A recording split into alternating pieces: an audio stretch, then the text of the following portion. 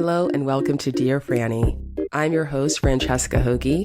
I'm a recovered lawyer turned love and life coach, and this podcast is the place where I talk all things love and true love, from dating and relationships to manifesting a life that you love. Thank you for being here. Hi there. All right, we've got a big topic today. This is the topic about breaking your attraction to unavailable people.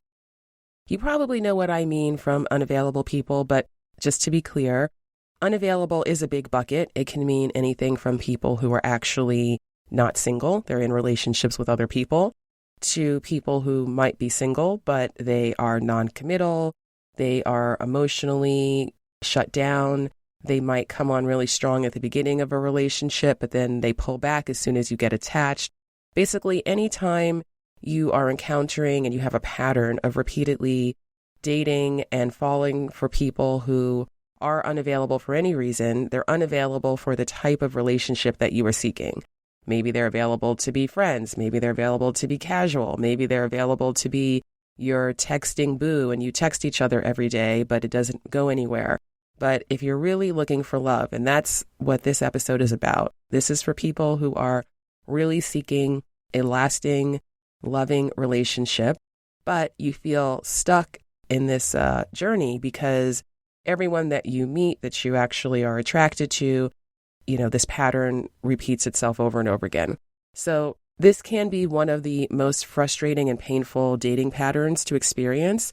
And I know that I had to go through many phases of this myself, starting from when I only liked people who didn't like me. That's a different type of unavailability, right? It was like I would get these crushes and I would put these guys up on this pedestal and I would just have this whole inner fantasy life about how amazing and what a great connection we would have and what great partners we would be, but that wasn't happening, right?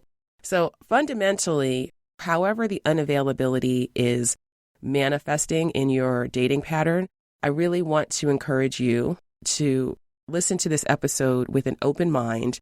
And the first perspective shift that I want you to make here is that your attraction to unavailable people is not random. It is not just happening randomly. It's not because everyone's unavailable or no one wants relationships or everyone's flaky or it's just, quote unquote, you're just who you're attracted to. I hear that a lot. I can't help it. It's just who I'm attracted to. It's not my fault that I'm attracted to people who turn out to be unavailable. And you're right. It's not your, quote, fault. This is not about fault or blame, but it is about understanding what's going on here so you can actually break free from this pattern and not have it take over your life, which it can if it goes unchecked. So what's going on here? Number one, I want to talk about your subconscious genius. Okay, so this is really the starting point of understanding really how attraction works. So chemistry, instant chemistry, this is something that you have been told your whole life is the thing to chase. It is the thing that is the indication that you have met the right person. And I am a romantic. I love chemistry. It feels magical because it is. However, the magic can be misinterpreted. And whether or not your chemistry radar is leading you to the type of relationship and the type of partner who's capable of co-creating that relationship that you actually want, and the kind of chemistry that, or the radar that is just attracting you to your same pattern over and over again, it's really important to understand what's going on. So if you're listening to this episode and you resonate with being attracted to unavailable people, then the first thing to understand is that it's not your fault. So I'm not blaming you. Please do not blame yourself. Please be kind to yourself. Please be compassionate towards yourself. It's not about blame. It's not your fault. It's just that on some level, you feel safe. You feel comfortable. The unavailable person is a, quote, match for you on a level of your subconscious programming. Now, let me give you an example. Like I said, there was a time where I was the queen of crushes, right? I could have a crush. I could have the most rich fantasy built around this imaginary relationship that I had with someone. And this was many years ago. This is before I was actually dating. At that time, it felt like these people are amazing. That's why, I like them so much. I just want to be with them. Why can't this person want to be with me? and it felt totally out of my control. So I understand that feeling when you're in the pattern. It feels so out of your control. But this is why this is a perspective shift that I want you to embrace right now. At least consider the possibility that the fact that you have a pattern at all is the proof that you are actually half of the equation in the pattern and that you are on some level choosing it. So this is not to blame you. This is not to shame you. But on some level, there is something familiar about that pattern. So when you meet people and you go, oh, gosh, I'm attracted to this person, and you're drawn to them, then it's not that they're the one for you. It's more that they feel familiar. They are a match, right? And this is why if you think about any type of pattern, I mean, we're specifically talking about unavailable people, but whether people have a pattern of falling in love really quickly, having hot and heavy relationships, and then they fizzle out, that's a pattern. Having a pattern of people who mistreat you, that's a pattern. Having, consistently dating people who put you up on a pedestal and then you come crashing down. I've also been in that pattern. There's all different patterns, but it's important to recognize and to look at other people. This is also helpful to see, okay, well, I have a friend who this is their pattern and this is their pattern, and this is their pattern. And then I have this pattern. So what's going on here, right? So this is all about understanding that you don't have to go to therapy for 20 years to figure out every reason why there's some part of you that believes that it is safe to be with someone who won't actually commit to you, or that's what you deserve, or what have you. I'm not knocking therapy, by the way. That wasn't a knock against therapy. But it is to say that from my perspective as a coach, I accept that there are just layers of our psychology and our programming that we're never going to fully understand, most likely. And that's okay. You don't have to, because you can just bring the kindness of self-compassion to this whole process of breaking this pattern and just give yourself the love of saying, okay, there's some part of me that is drawn to people who are incapable of being the type of partner that I'm seeking. And to that part of myself for whom this feels safe, I send love and understanding.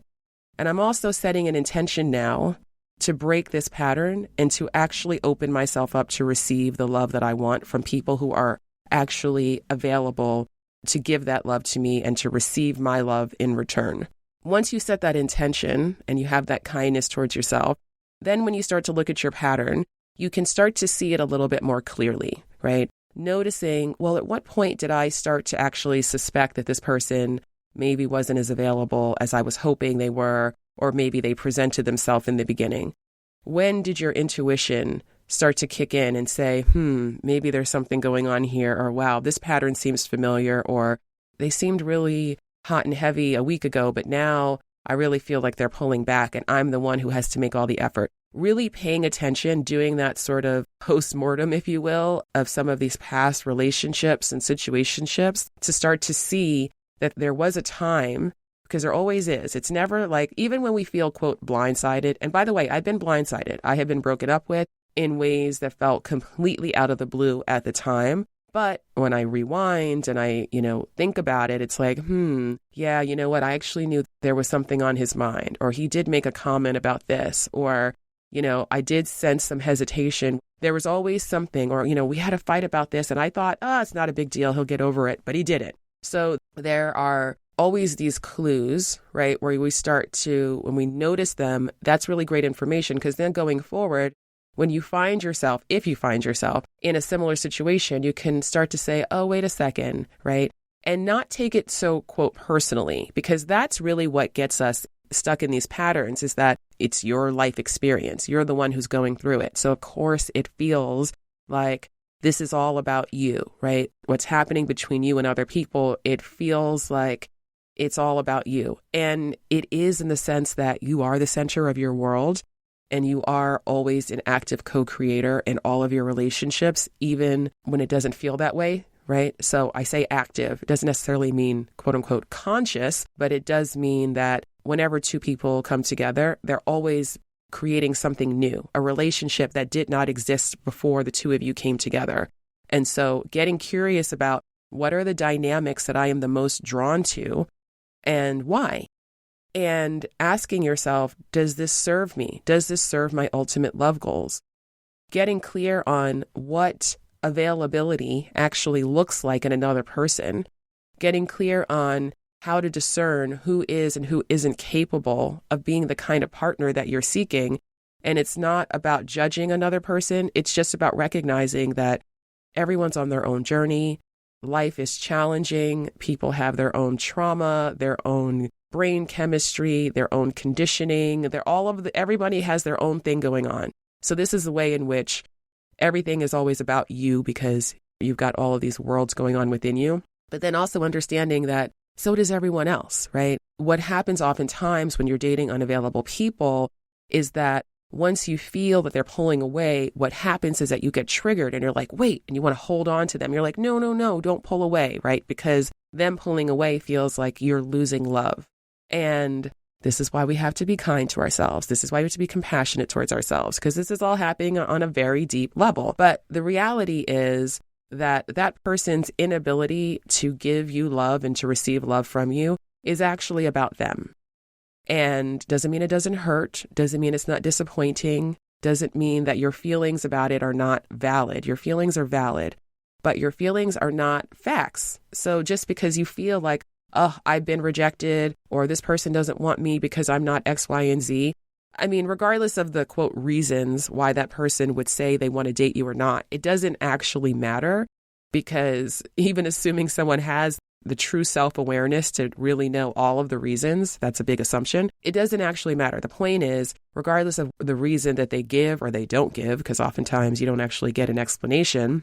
Real quick aside, when people are seeking closure, and I know that's a big thing, you're like, well, I just want to understand. I just want to get that closure. I want to know what went wrong. Listen, I am not discouraging you from having a conversation with an ex if that conversation is going to help you to have some deeper understanding about the relationship, the dynamic, some of the things that happen. However, if you are hinging your ability to have peace and to move on from a relationship based on a need from closure from another person, you're really setting yourself up. Be very disempowered, because even if your ex were to say, or somebody that you dated, it doesn't matter what, and like, let's say, oh, I'm just not at a place where I want a relationship, or I just don't see us as compatible, or, well, I really rather be with somebody who's X, Y, and Z. Regardless of the quote reason they give you, it's a big assumption to say that that person is giving you their real reason. And I'm not saying that they're consciously lying to you, though they might be. They might be trying to spare your feelings. The point is that you're just not a match, right? And if you can start to just understand there's a relationship that my heart is calling me to have with another person, and this other person seemed like a really great prospect, and I got so excited and I thought maybe they were that person. But I see now that there is no relationship that the two of us can build together that actually matches the vision of what I want in my mind and in my heart. So you can start to understand that it becomes about you projecting onto the other person as well, right? Because if you're saying, I just want to be with this person and I know we'd be such a great match, and don't they see and can't they see? It's like, well, they don't see it, right? They have a different opinion. They're in a different place in their lives. They're at a different journey. So your view that you should, quote, should be together, it's your opinion, but it's not a fact, right? So the more that you can accept the disappointment of that, but not make it a story about, but I'm supposed to be with this person. No, you're not, because you're not with them. So there are many other people that you could actually build the relationship with that you're seeking, but you have to open yourself up to receive and to see that and to say no. And that's the next thing here. After you recognize your subconscious genius, you're able to see your own pattern in action. You're starting to learn what availability actually looks like and doesn't. Then you can start to make different choices, because then you can realize, wow, if I meet someone and I'm instantly attracted to them, I used to take that as a green light to go, go, go. But actually, as I'm in this phase right now of growing, right, and expanding and breaking this pattern, I have to understand that that old chemistry radar, it still has its momentum, and I can't trust it to be a green light.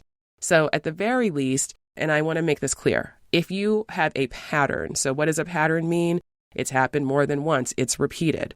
I'm not saying you dated one person who was unavailable and otherwise, you tend to connect with people who are actually ready for a relationship. I'm saying if this is a ongoing pattern and you know when it is, right? This is when you have to understand that the chemistry radar needs an upgrade, right? There's some things that need to shift because right now what you were being instantly drawn to is not actually serving you in the long term. So it starts to be now, when you move to this phase of breaking this pattern, it becomes really imperative that you make different choices. So when you are instantly drawn to someone, rather than run headfirst, you slow it down. You're like, okay, if this person is really right for me, they're going to be right for me a week from now, a month from now, 6 months from now. Let me slow things down. Let me not jump to conclusions. Let me not jump to my fantasy projection of this person. How can I be present? How can I actually pay attention to what's going on here? How can I actually do this differently than I usually do? So taking different action is the key to breaking any pattern. I mean, that's how you break a pattern. Like if your pattern is that you don't date at all, as soon as you go on a date and you start dating, you've broken the pattern, right? If your pattern is you only date people who are XYZ, and now you're like, okay, I'm going to be open to dating somebody who's LMN, random assortment of letters, then you're breaking a pattern. You've broken the pattern by that choice. So this is how powerful you are. So when I say that it feels so out of control, because for me, going back to the example again of when I was in the phase of just having crushes, I had to ask myself at some point, do I really like this person this much, or is this comfortable for me? Does this feel safe? Because I don't actually have to be vulnerable. I get to imagine being vulnerable. I get to project all this intimacy onto another person, but I don't actually have to, quote, be vulnerable because they are not actually showing up, engaging in a romantic relationship with me, right? So this is why I always want to ground these discussions in self-compassion and self-kindness, because I don't want you to beat yourself up, but I do want you to empower yourself to understand that with some examination and some questioning, you can really start to shift this. Because the last point that I want to make here is that who you are attracted to changes when you do. Who you are attracted to changes when you do. You already know this because, think about what you valued and what you thought made somebody the cutest or the greatest when you were 12 or 16 or 20 or 30, depending how old you are now, right? It's changed. Your priorities have changed. I think about things like when I was in junior high school, like I really liked boys who skateboarded. And that was like, to me, if a boy skateboarded, he was so cute and he was so cool, right? I still like skateboarders. I think like skateboarding is great, but I'm not like, oh my God, skateboarder. If you skateboard, then you're cool and I'm attracted to you. Like, no, I outgrew that decades ago, right? So the point is that our attractions naturally change over time as we mature and as we grow. And this is ultimately what this is about. Breaking this pattern is about maturing. It's about growing out of the pattern. And when you grow out of the pattern, it's not like, like my boyfriend, for instance, doesn't skateboard. It's not like I'm going like, oh God, I just wish he skateboarded. If only he skateboarded. I'm like, I don't care about that, right? I've outgrown caring about that. I care now about what my day-to-day life is like with this person who I share my life with.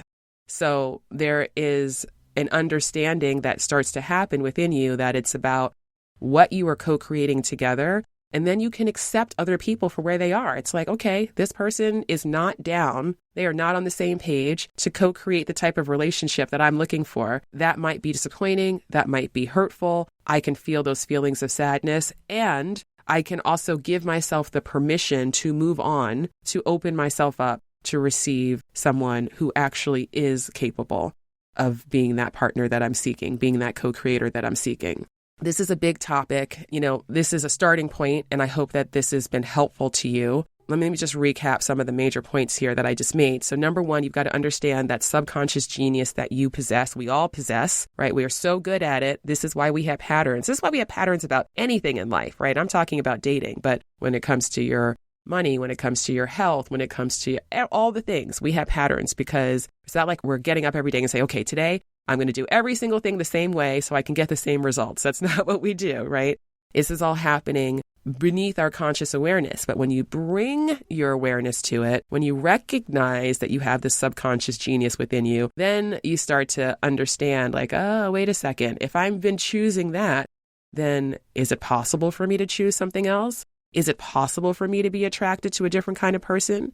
Is it possible for me to actually find people who are commitment ready to be the sexiest people? The answer is yes, but you've got to start to consider that possibility. And you've got to see your own pattern, right? So taking that compassionate look, that compassionate kindness, that compassionate review of what that pattern has been in the past. By learning what unavailability looks like, you can also start to understand what availability looks like, what commitment readiness really looks like, the types of qualities and the way people show up when they actually are looking for a lasting relationship.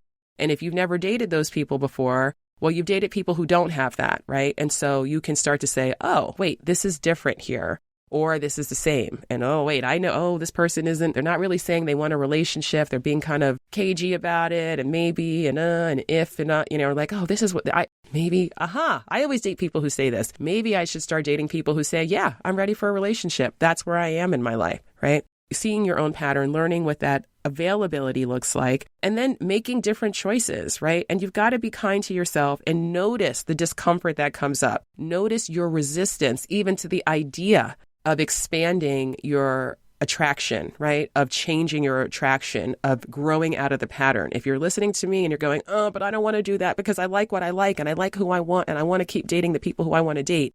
Listen, it's your life. I don't judge you. I send you all of the luck and all the love. And I'm not saying that I have the 100% only right answer here, but I can tell you after 10 years of doing this work, having gone through this process personally, working with hundreds of people to help them break their patterns, that a pattern can be broken no matter how long it's been going on, no matter how intractable it feels. A pattern can be broken, but it takes an effort. It takes a conscious awareness, and that is what I am inviting you to do right now, is to make this shift by bringing your awareness to the pattern so you can break it. And if you want to go deeper, and if you're listening to this before June 10th, you're in luck, because I am actually teaching a live class on this very topic. So it's called How to Attract Available People. And in it, we're going to go through really much more. I'm talking very generally here because I'm speaking to a large audience and this isn't a class. You're not writing in slides and all of that sort of thing. But in the class, How to Attract Available People, we're going to talk about how to spot who's available and who isn't quickly so you're not wasting your time, how to make sure that you yourself are showing up as available because you're half the equation, right? So you showing up as available, truly available, is also something that you're going to learn in the class. And then how to actually start to embody this higher level of attraction, right, that we're talking about. So outgrowing the old attraction and growing into a new one that serves you. So that's what I'm going to cover in the class. I'm really excited about it. It happens on Saturday, June 10th. If you can't attend live, there will be a replay available for 2 weeks. So if you're interested, please check the link in the show notes. You can also find me on social media. I am at Dear Franny on Instagram, on Twitter, on Clubhouse. And in my bio on Instagram or Twitter, you can also get the link to sign up for the class. So I highly, highly recommend it. And for the members of my True Love Society, these classes are free. Membership is currently paused, but I will be enrolling new members in July, and I will be continuing with these monthly classes. So I invite you to sign up for June if you are interested in really, really finally breaking this pattern and actually becoming attracted to and attracting available people. And if you're interested in joining the True Love Society, then I invite you to sign up for this class and you'll be within the ecosystem and you'll be notified when the True Love Society, which is my community, for those who don't know that, my membership community is going to be reopening in July. Okay, so I said a lot. I thank you so much for listening and for being part of the community of this podcast. I really, really, really appreciate it. Shout out to Bex Carlos, my incredible editor, who has been rocking with me for all 5 seasons of Dear Franny. She is wonderful. And you are wonderful. So wherever you are in the world, I hope that this has resonated with you, that you feel like you have some actionable steps to start to break any pattern of being attracted to unavailable people. Again, I invite you to join me for the class on June 10th. And I also just thank you for being a listener of the podcast. Thanks for those of you who have taken the time to subscribe, to rate the podcast 5 stars, to review it. I see you. I appreciate you. and I will be back next week with another episode. Thank you so much. Have a beautiful day or night wherever you are in the world. Goodbye.